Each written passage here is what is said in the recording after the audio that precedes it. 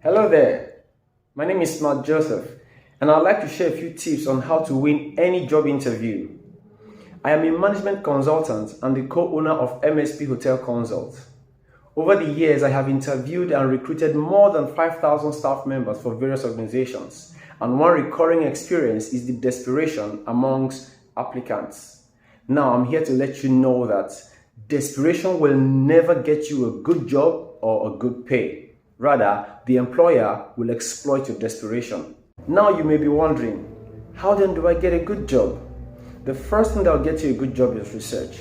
You have to research the company from many sources and from a wider point of view. Sometimes you have to look into the products and services. You have to read their about page from their website. There you'll find their goals, their values, their mission statement. And once you get hold of this, you begin to articulate your skills and experiences to align with that of the company. If on their mission statement, you get to know that they are about community growth or they take care of the old, for instance. And then they ask you a question like, why do you want to work here?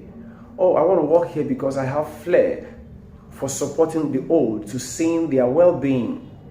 That brings you close to their vision and their goal. It has given you an edge. Now, the next thing is the job description. On the job description, they will highlight the qualification required and the responsibilities attached to this role. This will help you articulate why and how you are the most qualified for this role. You'll be able to highlight some of your past experience and how they fit into this role, how they fit into this responsibility, and what you intend to do, how you can better advance the company with all of your experiences put together. Thank you. Then the next one is dressing. You should never underdress yourself when going for an interview. I have had applicants who walk into the interview room with just shorts and a slip-on. That is wrong. You should never underdress yourself when going for an interview. Reason is this: many organizations are constantly looking for representatives at many events, say workshops, seminars, gatherings, or any form of representation. Companies are constantly looking for their personnel, their staff, to represent them. And the first impression, like we all know, goes a long way. If you give them the impression that you don't even know how to dress or you don't even have clothing, it is a no-no. Regardless of the fact that most companies are to give you dressing allowance and a clothing allowance and all that, you should first of all impress. So once you are able to dress well, it has given you also an edge, because companies, trust me, are constantly looking for representatives. Now, the next thing is preparing for high-pressure questions. What are high-pressure questions? These are questions that make you really feel uncomfortable, such as, why do you want to leave your current place of work, or why do you want to change industry? Explain the gap in your resume, if you have one, of course, or what are your salary expectations? These are very high-pressure questions, because sometimes you don't even know the answers. You don't even have the answers. Many times you're not even prepared for them, and then become really disturbing. However, there are ways to actually go about these things. You could take a break. You could say, oh, that's a beautiful question, but can I think about it for a moment? All right? Instead of just opening your mouth and saying things that doesn't correlate. All right? So you should prepare for these questions beforehand. Before coming for the interview, ask yourself these high pressure questions and come along with them. Then again, when going for an interview, please prepare 2 or 3 questions to ask the interviewer. What are the likely questions to come with? You could ask questions such as, what does a typical day at work look like? Or if you are married, if you're a married woman, for instance, and you are about getting a job, you could ask questions like, what's the plan for maternity?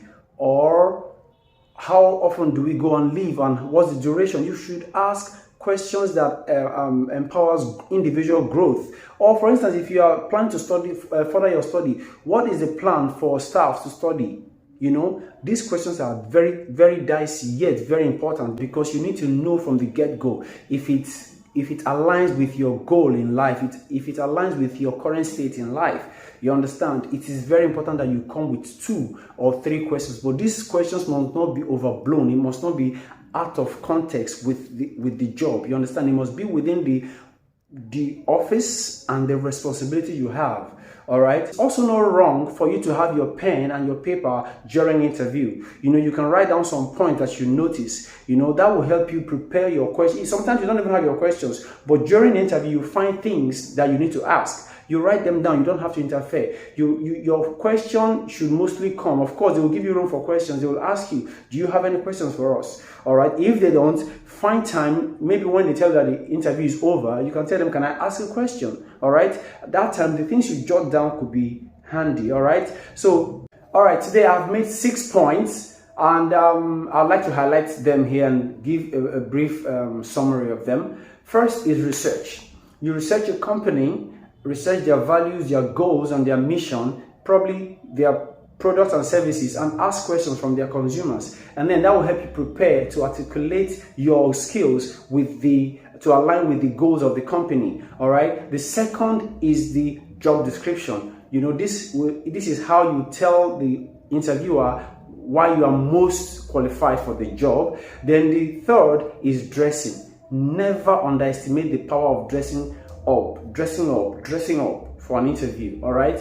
Then the fourth is preparation. Prepare yourself for high pressure questions. It is important that you learn how to answer them without shooting yourself by the foot. All right. Then the fifth is that you go there with 2 or 3 questions, and these questions must be within the scope of the office. All right, and the responsibility that you have. Then the last but not the least is that you sound confident. You have to come off as confident as possible, because your confidence is what actually helps the company give you better appraisal, or put you up for promotion, or to represent the company in gatherings, in meetings, in other forms of representation. All right. So thank you very much. My name remains Smart Joseph, and if you do like this, please subscribe to the channel. I'd like to know if this has been helpful to you. If it has, please leave a thumbs up, and if you want to know more, please hit the subscribe button.